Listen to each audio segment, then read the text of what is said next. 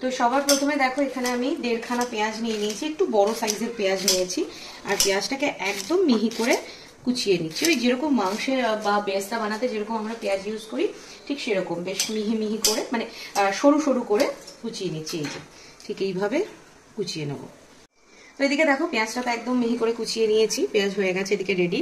আর এখানে আমি অর্ধেকটা ক্যাপসিকাম আর একটা বড় সাইজের গাজর একদম সরু সরু করে, এটাকেও কিন্তু সরু সরু করে কেটেছি। এই যে দেখে বুঝতেই পারছো, নর্মালি আমরা ফ্রাইড রাইস বা এইসবে যেরকম কাটি তার থেকে কিন্তু এটা অনেক সরু সরু করে কাটা। আর ক্যাপসিকামটাও তাই, আর গাজরটাও তাই।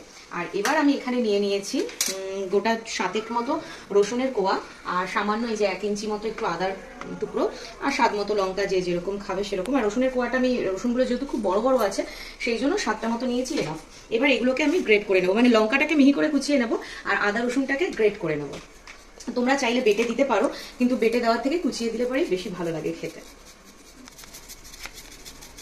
এদিকে আমি একই সঙ্গে ভাতটাও বসিয়ে দিয়েছিলাম। জল যখন ফুটে গেছে এর মধ্যে একটা গোটা পাতিলেবুর রস দিয়ে দিচ্ছি। আর এটা কিন্তু দেরাদুন চাল বসিয়েছি, আর দিয়ে দিলাম গোটা গরম মশলা খানিকটা, আর বেশ খানিকটা পরিমাণে লবণ, মানে ভাতটায় যত পরিমাণ লবণ লাগবে সেটা আন্দাজ করে দিয়ে দিলাম। এরপর ভাত হয়ে গেলে ঝরঝরে করে নামিয়ে নেব। আর এইটা না, এই রেসিপিটা এত ইজি বানানো, মানে এখন তো তোমরা জানোই আমি খুব বেশিক্ষণ রান্নাঘরে দাঁড়াতে পারি না, কষ্ট হয়, তাই সিম্পলের মধ্যে চেষ্টা করি, কিন্তু তাহলে খেতে তো হবে বলো, একটু ইচ্ছাও করে এটা ওটা খেতে, ক্রেভিংস হয়। তো এইটা সেরকমই, মানে চটজলদি হয়েও যাবে, আর সেই সঙ্গে সঙ্গে খেতে যেরকম ভালো লাগে সেরকমই তাড়াতাড়ি হয়েও যায়। এখানে লঙ্কাও কুচিয়ে নিয়েছি, আদা রসুন গ্রেট করে নিয়েছি, সবজিও কুচিয়ে নিয়েছি, দেখেইছো। আর এদিকে আসলে এখানে দেখো আমি 250 গ্রাম মতো এখানে মাটন কিমা রয়েছে। এই যে মাটন কিমাটা হচ্ছে হালকা চর্বি দিয়ে মাটন কিমাটা রয়েছে, যেরকম নর্মালি হয়, সেটাকে আমি ওই 10 থেকে 15 মিনিটের জন্য 1 চামচ ভিনিগার দিয়ে ভিজিয়ে রেখে দিয়েছিলাম ম্যারিনেট করে। তারপরে এর মধ্যে খুব সামান্য জল দিয়েছি, মানে দেখে বুঝতেই পারছো 2টো সিটি দেওয়ার পরে এই যে এইটুকুনি জল বেঁচেছে, মানে যেটুকুনি সেদ্ধ করতে লাগবে ঠিক সেইটুকুনি জল দেবে।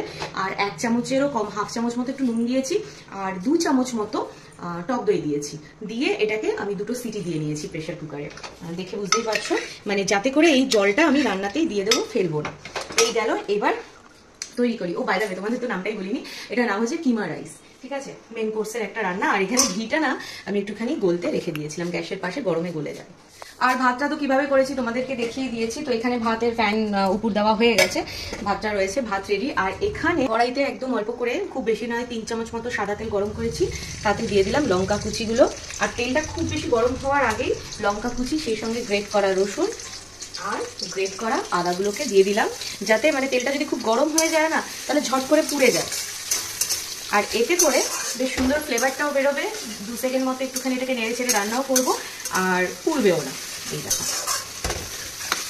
আচ্ছা আমি এই কড়াইটা এতে দিয়ে দিলাম, কারণ নাহলে রিওর ভিডিওতে দেখাতে একটু অসুবিধা হয়ে যাচ্ছে, রিওকে বারবার ঝুঁকে ঝুঁকে দেখাতে হচ্ছে, তো সেই জন্য এটাতে দিয়ে দিলাম। দেখো বেশ একটুখানি ভাজা ভাজা হচ্ছে, সুন্দর একটা গন্ধ বেরিয়েছে। আমার এই রসুনের ভাজা গন্ধটা ভীষণ ভালো লাগে। আর তোমরা এটা চাইলে পুরোটাই ঘিতে করতে পারো, বাট আমি ঘিতে করছি না, আমি তেল দিয়েছি। এবার এই কুচনো পেঁয়াজটা দিয়ে দিলাম, দিয়ে ভালো করে একটু ভাজা ভাজা করবো। পেঁয়াজটা একটু 2 মিনিট সাঁতলে নিয়েছি, দেখো একটু নরম নরম পিঙ্কিশ ব্যাপারটা যে এসে গেছে।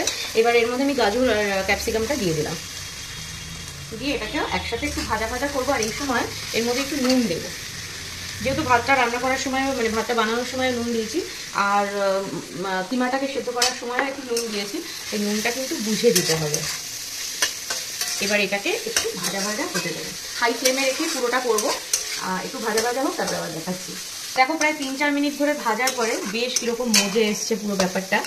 আর যেহেতু আমি ভাতটা সেদ্ধ করা, মানে চালটা সেদ্ধ করার সময় আমাদের গোটা গরম মশলা দিয়েছি, তাই এখানে কিন্তু আর কোনো গরম মশলা ফোড়ন দিইনি গোটা। আচ্ছা হ্যাঁ, এটা হতে থাক, ততক্ষণ একটা জিনিস বলি। তোমরা অনেকে আমাকে জিজ্ঞেস করেছে, দিদিভাই এটা কি গাছ, কি গাছ, এটা কি গাছ, কি তোমরা গেস করতে পারছো? যদি পারো কমেন্ট করে বলো। হ্যাঁ আচ্ছা চলো আমিই বলে দিই, ওটা হচ্ছে পুঁই গাছ। মানে কিছুদিন আগে পুঁই শাক এনেছিল, তাও কিছুদিন মানে প্রায় মাসখানেক হতে চলো ওদের বয়স। তো এই যে দেখতে পাচ্ছ, এই যে মোটা মোটা ডালগুলো, এই মোটা মোটা ডালগুলোকে আমি মানে তলার দিকে খানিকটা করে কেটে এরকম জলের মধ্যে বসিয়ে রেখে দিয়েছিলাম। দেখো কত শিকড় বেরিয়ে গেছে, আর সেই সঙ্গে সঙ্গে এরকম পাতা বেরিয়ে গেছে। আর এই দেখো কটা পুঁই পিটুলিও হয়েছে, দেখো এই যে এঁকে গেছে এটা বেশ। তো এখানে আছে হচ্ছে টোটাল 5টা ডাল। এবার এই জানলার ধারে এরকম ভাবেই রাখা থাকে। এখন না সবসময় তো আমার পক্ষে ছাদে যাওয়া হয় না, তো সেই জন্য এখন অব্দি পোতা হয়নি ব্যাপারটাকে আর মাটিতে, তো ওখানেই দিব্যি হচ্ছে। আমিও ভাবলাম চলো হতে থাক। তো এদিকে তো মজা গেছে, কিমাটা দিয়ে দিচ্ছি, সেদ্ধ করে রাখা কিমাটা। আর এই জন্যই জলটা একদম বুঝে কম দেওয়া হয়েছে, যাতে করে পুরোটাই এর মধ্যে দিয়ে দেওয়া যায় জল সমেত, কিছু আর ওয়েস্ট হলো না। কারণ সেদ্ধ করার পরে যে জলটা থাকে না, তার মধ্যেও কিন্তু মাটনের স্টকটা ঢুকে, তো খুব টেস্ট হয়, ওটা ফেলতে গায়ে লাগে। আর কিমা তো এদিকে সেদ্ধ হয়েই গেছে, এবার জাস্ট এটাকে মিক্স করার পালা। মামা এনাও জল।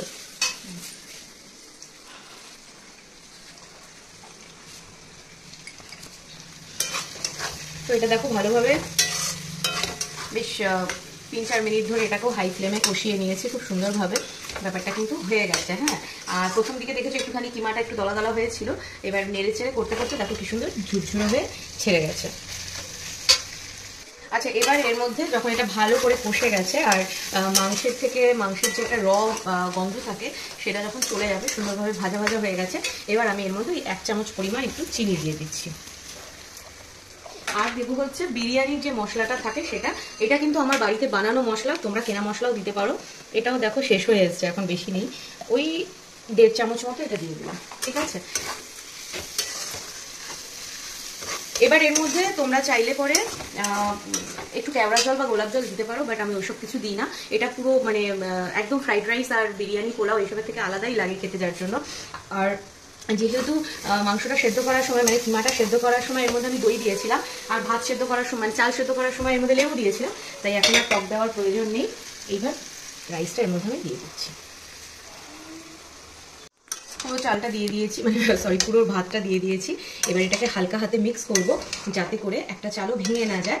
আর এখানে আরেকটা কথা বলি, আমি তোমাদের বলতে ভুলে গেছিলাম, 250 মাটন কিমা রয়েছে, তার সাথে কিন্তু ওই 2 কৌটো মানে ওই ধরো 500 দেরাদুন চালের ভাত রয়েছে। ঠিক আছে, আর এটা তোমরা নর্মাল চাল দিয়েও করতে পারো, কিন্তু দেরাদুন চাল দিয়ে করলে জিনিসটা বেশি ভালো লাগে খেতে। এবার সুন্দর করে একটু মিক্স করে নিতে হবে। দেখো খুব ভালো করে মিক্স করে নিয়েছি। এবার ওই 1 চামচ থেকে 1.5 চামচের মতো ঘি উপর থেকে ছড়িয়ে দিচ্ছি, যাতে ফ্লেভারটা আরও ভালো লাগে খেতে। তোমরা পুরো ব্যাপারটাই চাইলে ঘিতে করতে পারো, আবারও বলছি, তাহলে আরও ভালো লাগে, তবে এতেও কিন্তু দুর্দান্ত লাগে খেতে। এই যে, আর এর সাথে চিকেন কষা বা মাটনের কোনো ডিশ, চিকেনের কোনো ডিশ, এই দুটো দিয়েই খুব ভালো লাগে। কিন্তু আমরা আজকে খাবো হচ্ছে অন্য জিনিস দিয়ে, সেটা দেখাচ্ছি, দাঁড়াও। এই যে ডিমের কারি, ডিমের কারি না, ডিমের কষা। তো ডিমের কষা দিয়ে আজকে আমাদের মেন কোর্সে রয়েছে হলো কিমা রাইস। কিরকম লাগছে দেখতে বলো? আর রিও তুমি বলো, গন্ধ কিরকম বেরিয়েছে? Heavy heavy. রিও অফ ক্যামেরায় আমাকে বলছে, মাম্মা হেভি গন্ধ বেরিয়েছে, তাড়াতাড়ি করো, আমার খিদে পেয়ে গেছে, জলদি খেতে দাও। এই যে, আর দেখো সব রাইসগুলো কিন্তু একদম ঝুড়ো ঝুড়ো রয়েছে, কিন্তু একটাও ভেঙে যায়নি, খুব সুন্দরভাবে মিক্স হয়ে গেছে। ব্যাস, কিছুই না। এবার এটাকে ঢাকা দিয়ে 1 থেকে 2 মিনিটের মতো একটু দমে রেখে দেবো, তারপরে সার্ভ করে দাও। তো হয়ে গেল রেসিপি, তোমাদের সাথে শেয়ার করে দিলাম। কেমন লাগলো অবশ্যই একটা কমেন্ট করে জানিও, ভালো লাগলে লাইক শেয়ার করো কিন্তু। চলো টাটা।